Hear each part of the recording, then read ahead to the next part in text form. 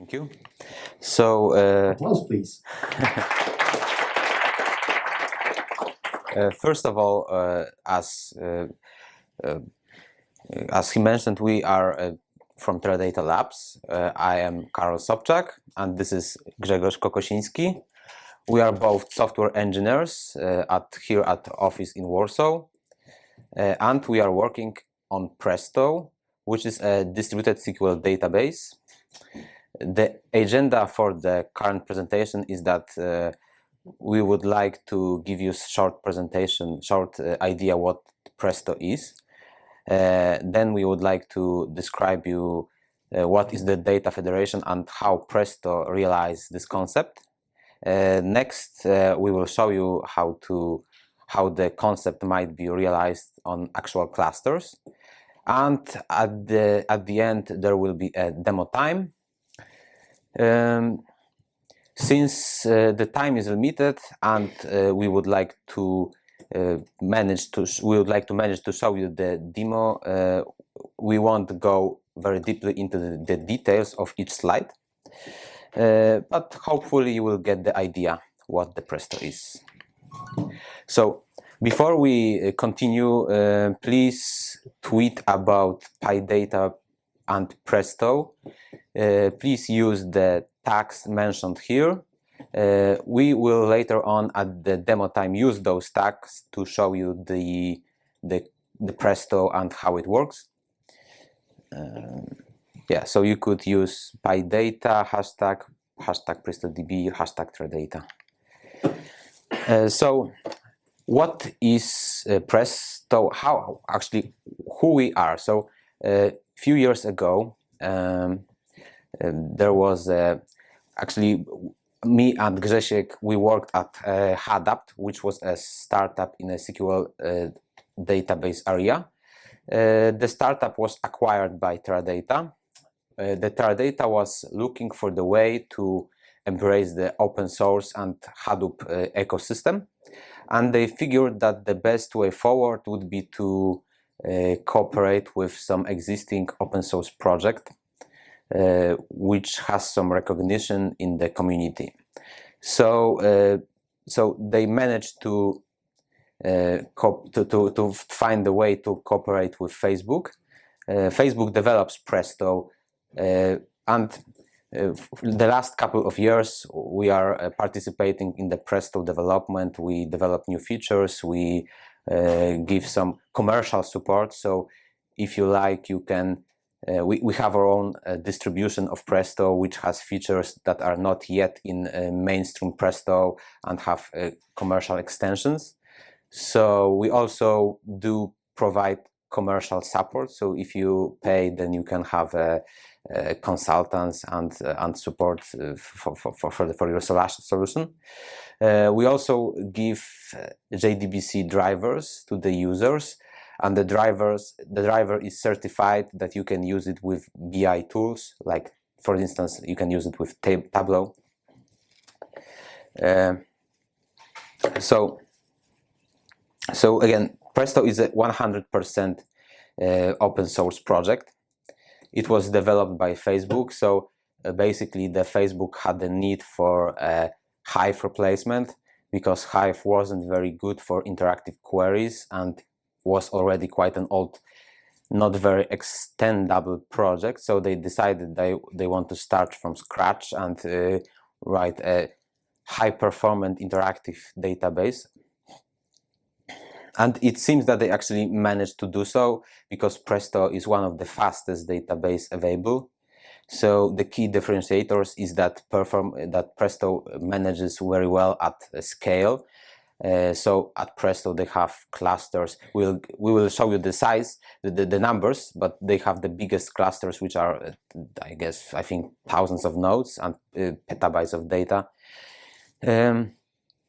It's another thing is that as the key concept behind Presto is that it is a data federator, so you can connect multiple sources to it. So basically it gives you a way to query external data from many different sources, which are not necessarily directly, let's say, mergeable, right? So you can fetch data from those sources and do query on it. The vanilla Presto is Apache licensed. Our Teradata distribution is also open source. We have some proprietary components like query grid integration. So, for instance, we provide a plugin or a connector to Teradata from Presto, and this is so. For instance, you can query Teradata from Presto and the other way around, and also migrate data both ways. So this was a big effort here at Teradata, and Presto is actually one of the key players in open source SQL community. So probably you very often hear about Hive, Scala, but Presto is used by a lot of big companies which have a lot of data. So of course the biggest user is Facebook, but other companies like Netflix, like Uber, like Groupon, they all use Presto.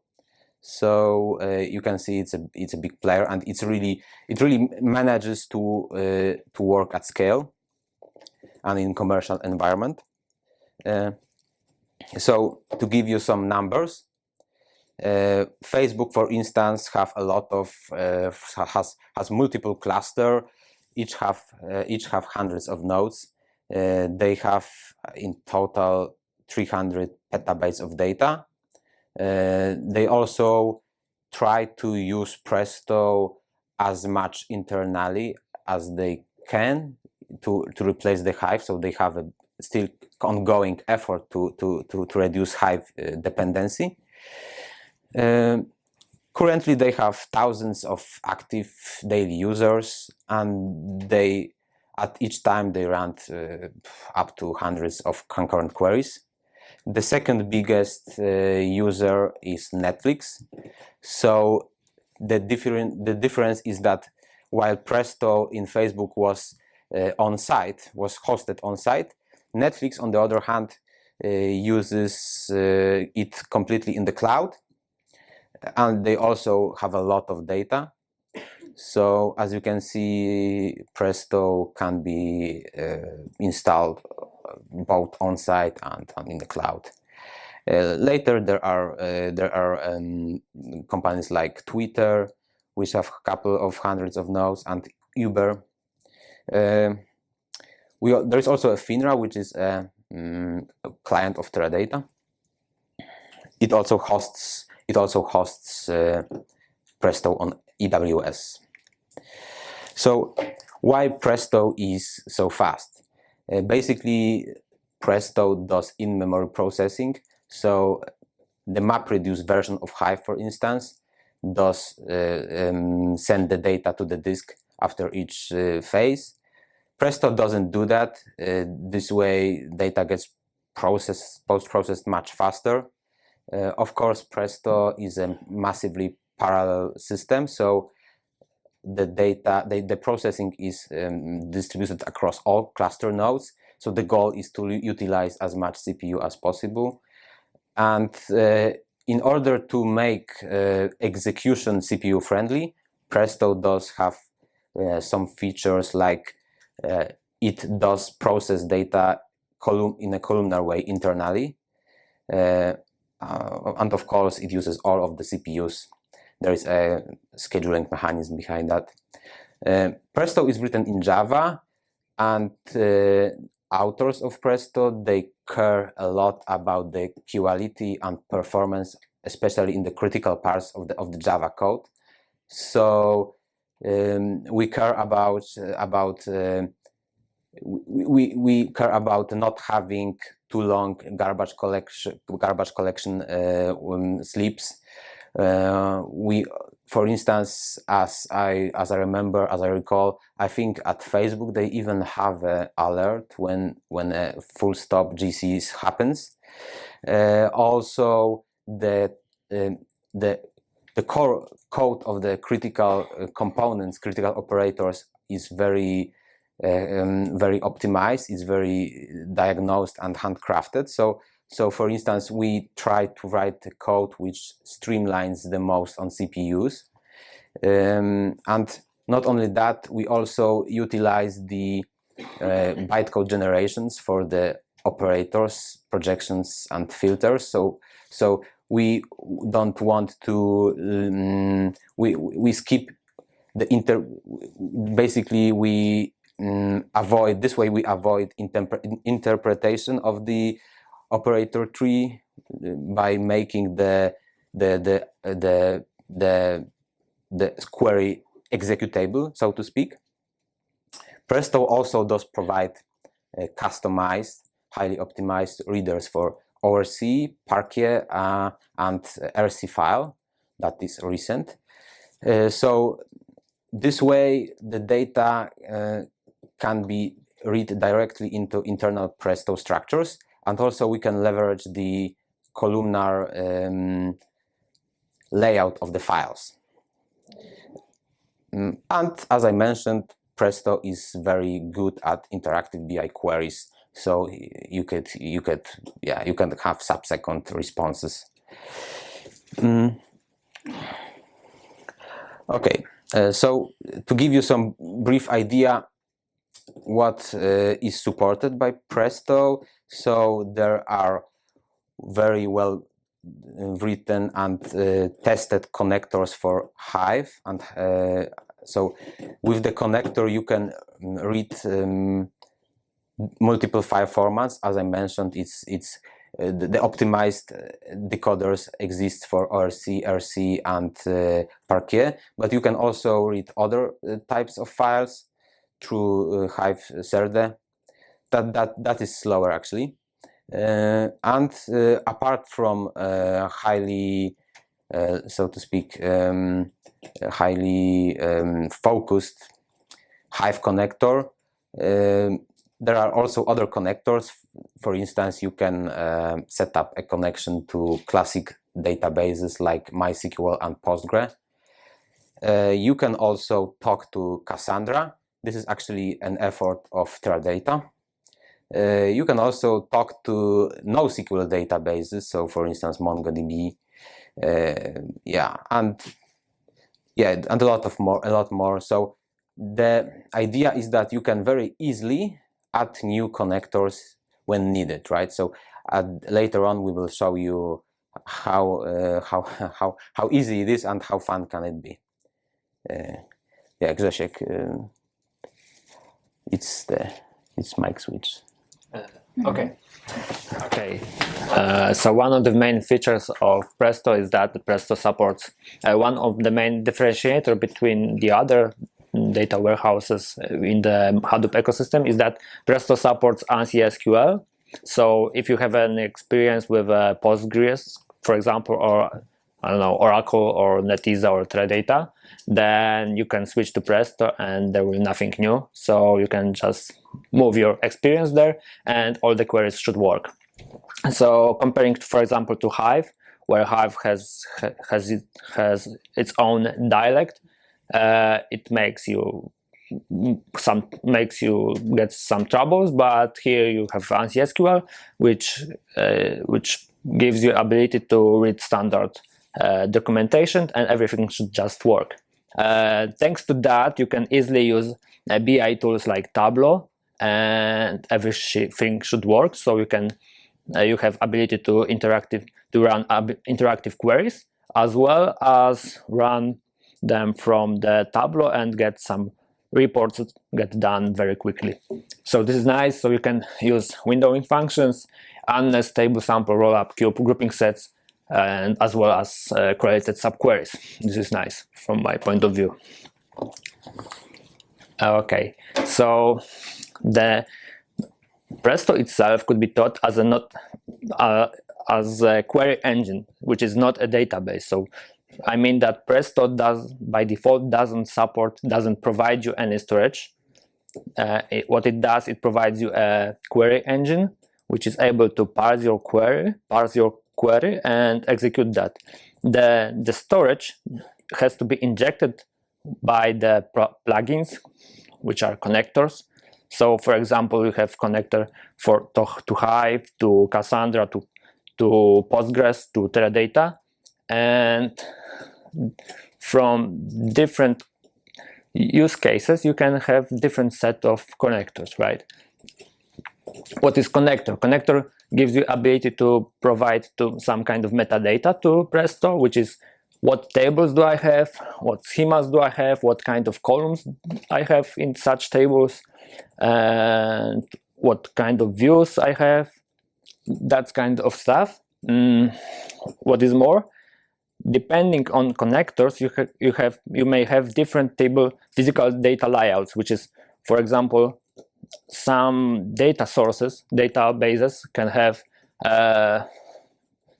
data stored in a redundant manner. For example, this table could be stored in a sorted way on this column, or partitioned on this column, and depending on the query, the way how user wants to access the data, Presto will choose the best physical layout to perform that query, to achieve the best performance.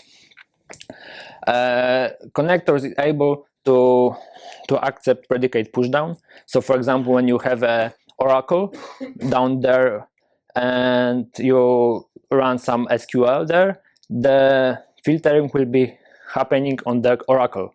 So this way should be much faster. For example, when comparing to Hive or something like that, when the data sent through the network will be much smaller. And with plugins, you are able to inject to Presto functions. For example, imagine you have a data mining or machine learning kind of tool set, and you would like to inject that to Presto. You can have such functions there, and you can, for example, read data from Oracle, Teradata, Hive, and pass it to that functions. And thanks to injected types, you can, for example, as a result of this function, you can create some kind of model, right, on which you would then do some more fun with data mining. What else? With plugins, you are able to inject system access controller, which is able to tell, for example, if given user has access to that table or not. So this can be written with help of LDAP or Kerberos or something like that. What else? You can inject resource group reconfiguration, which is able to tell you what, for example, when you have long-running queries, which should,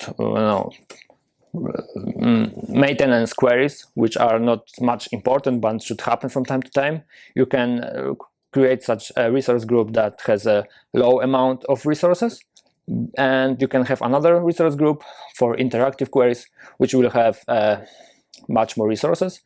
Thanks to that, these two kinds of queries will not interfere with each other. And event listeners gives you possibility, for example, to monitor what is happening within the Presto. For example, this query started, this query ended, this user connected or not. Presto by default gives you a parser, execution layer, basic standard SQL types, as well as basic SQL functions. All which is defined in the SQL standard will be in Presto by default. This is the goal we are aiming. Okay, so a couple words about data federation. So I would like to show you how when you have data warehouses, how data could be federated between them. For example, imagine you have two different data warehouses, like, I don't know, Presto and Teradata. So how data can be sent and from each other. So for example, you can access data from one node to another node. For example, from the front end, or I don't know, a particular worker node, you can access data from front end of another data warehouse through the JDBC connector or something like that. Or there is another strategy, which is many to one. For example, many worker nodes of Presto can use JDBC connection to the front-end node of Teradata. The another way is many-to-many, which is the best one from my point of view, because you can utilize all the resources you have. So in that way, many worker nodes accesses data from many worker nodes of the other warehouse. So you don't need to stream the data through the one single endpoint of the one cluster, but you can stream from each node to each node. The other way is to federate data through the storage. For example, you can. This is how it is used with Hive connector. So Hive stores data on HDFS, and that way Presto, when Presto wants to read the data, it accesses Hive data from the HDFS directly. So there is no, I don't know, connection, JDBC connection to Hive. Depending on what is your data source, you can choose your best strategy, and Presto supports them all. Depending on connector, different approach is taken.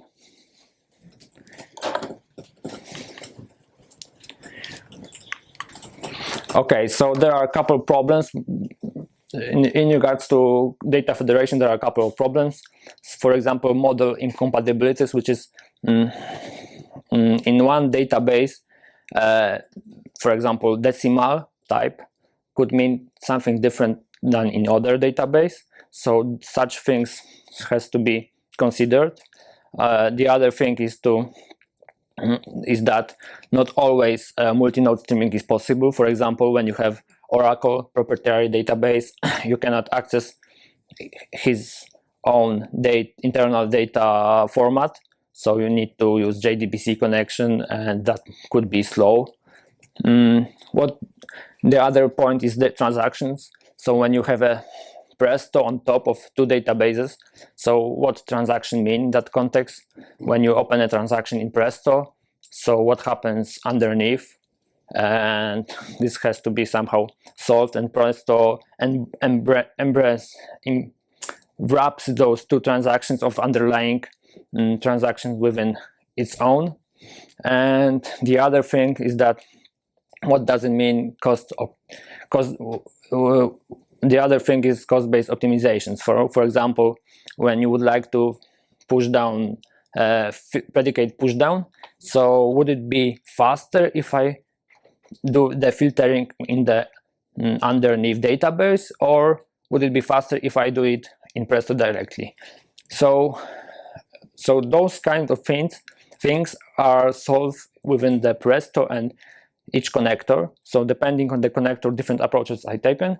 So, but if in case you would like to write your own connector, then you might need to consider those old kind of stuff. This is the diagram of Presto architecture. Red blocks are the things that are pluggable. So when you inject a plugin, all those kind of things are can be replaced. So when you from the point of view of query lifetime, blocks are the things that are pluggable.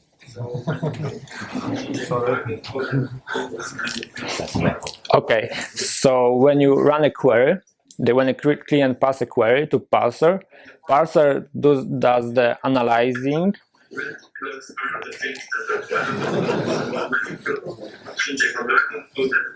Okay, and parser creates a plan node tree, which tells in mathematical algebra, let's say database algebra way, what needs to be done to perform that query, to execute what kind of functions needs to be executed to retrieve the results for the given query. Like this table has to be scanned, then projected, then filtered, then joined, and then projected, for example.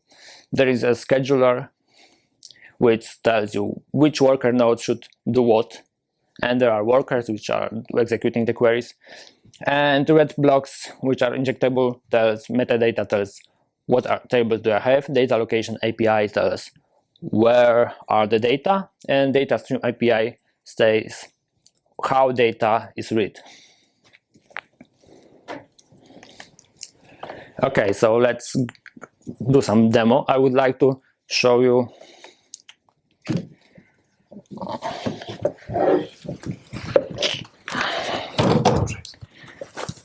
okay, I would like to show you what can be achieved with Presto, and first of all I would like to show you that I am able to access data, for example, from Hive, which is a standard use case of Presto. So for example, let's see what connectors do I have. As you can see, I have Hive connector, and let's check what tables do I have there.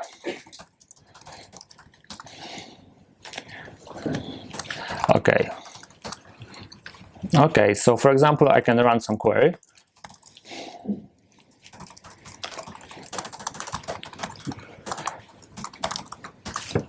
Okay, we have some data. Okay, this is the interface of Presto, right? So CLI kind of interface. And here I have Presto, and as you can see,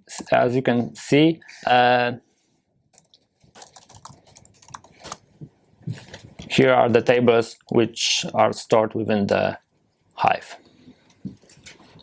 If in case I, for example, drop some table, I don't know if it would work, but let's see.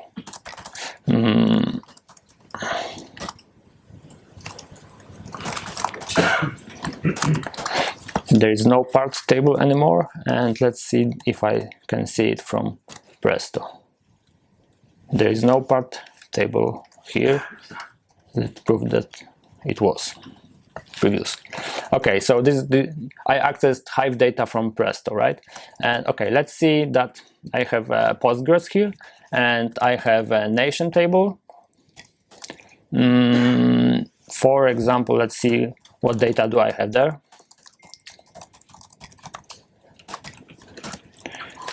I have some. Okay, let's delete some.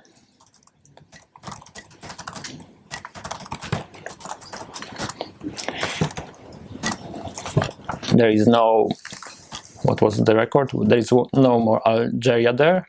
And let's see if I'm able to see that change from the Presto.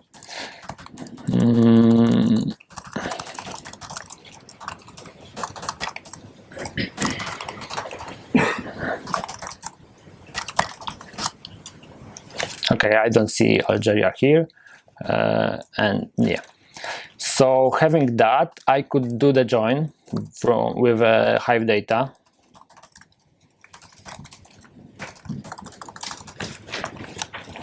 Let it be a cross join because I don't remember the column names.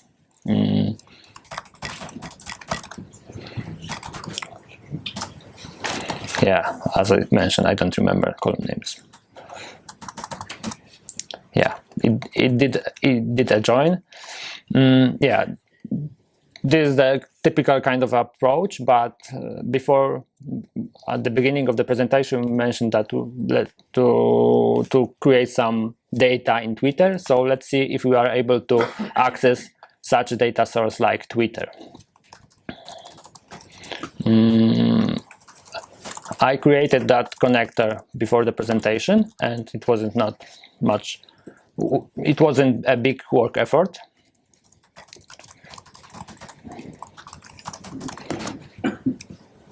Okay, I don't see much more, not many tweets. This is the tweet I created before the presentation, so it could happen because of the Twitter, because let's see if I'm able to see the tweets here.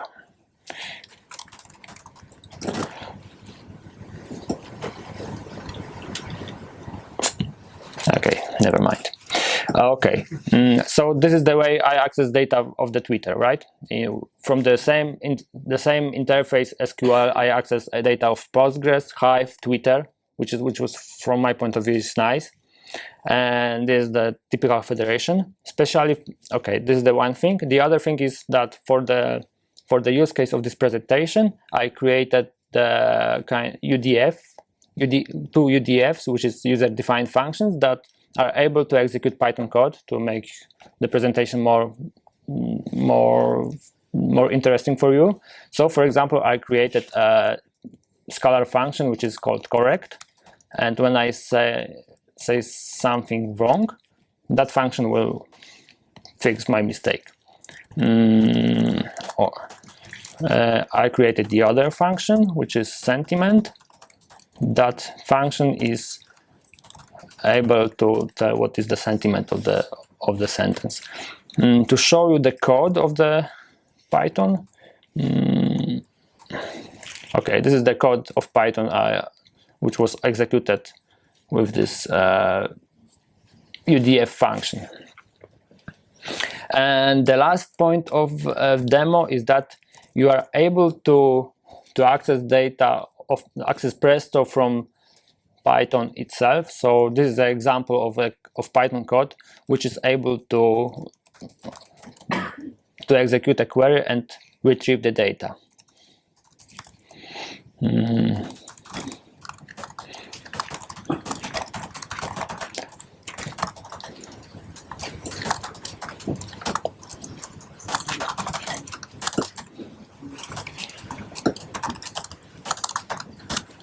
Yeah, that's all. Okay.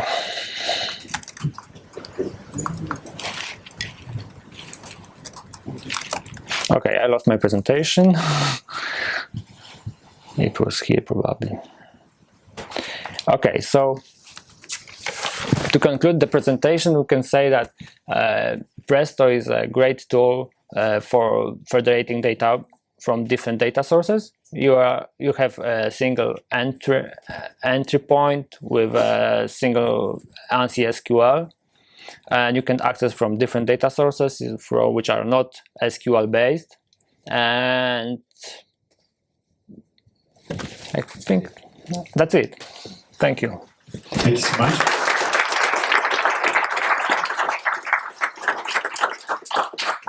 So, questions? Oh, there's one from the back.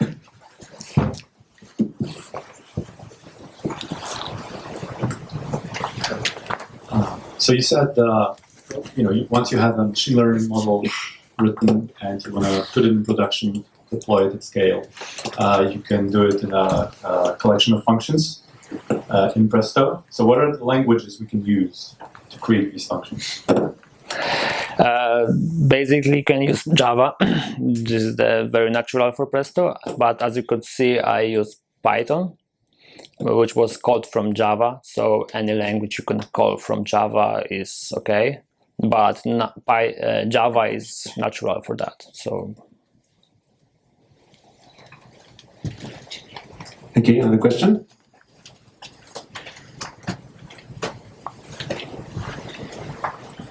Hi, I've got a question about the transaction. You mentioned Presto supports transaction, and for me it looks like distributed transaction. And it's basically hard to implement distributed transaction. How did you do it basically? What is like behind the scenes? Transactions means different things in different databases. Yeah, so could you elaborate a little more? What do you understand by a transaction in Presto? So connector plugin itself expose methods like begin, rollback, or commit, right? And when your transaction commits, all the plugins are called with a commit method, right? I don't know exactly what will happen between one commit and the other one. For example, when something goes wrongly, but generally this is the thing that connector exposes. So when you get a commit on the connector side, you should commit, right? Your things which the things should get persisted. Yeah. For example, you cannot insert two different data sources, right?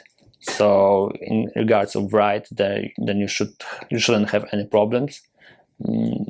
Yeah, from the point of view of select, you should not modify data. I can give you a bit more explanation. Transactions are a fairly new concept in Presto. and currently I think only the Raptor connector does support it. So the Raptor is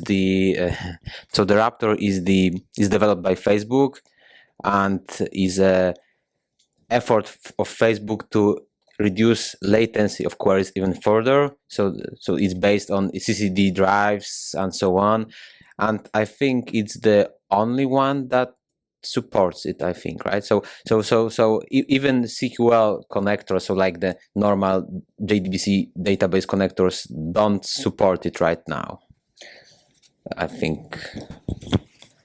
I could add that Hive connector also supports that, but transactions in Hive are not much strict, let's say. Okay, cool. Thanks. Hi, I want to know how the Presto deals with structured data. I remember from the slide that there was Cassandra and MongoDB, for example, and you said that we can do joins and whatsoever. So let's say that we want to query some data from Cassandra and MongoDB and join them together. So how does it work? So Presto supports complex data types. You can have arrays, maps, and so on. And then when you have a Cassandra connector, it has to map those unstructured data to some kind of structured data. So for example, when you have a JSON and some fields are optional, then probably you will have columns which may have null values. Also for the MongoDB, you have to define the schema explicitly, right? Which, I mean, for the particular, I think those are the not the table. I mean, there is a mechanism for defining what the data actually is for MongoDB, for instance. Okay, thanks so much. One more. We'll leave that for the after party. You going to join after party? Let's see. Okay, I cannot join, unfortunately, but I'm gonna have another next time. my data worse before vacations. All right, so thanks so much, guys. Big applause, please.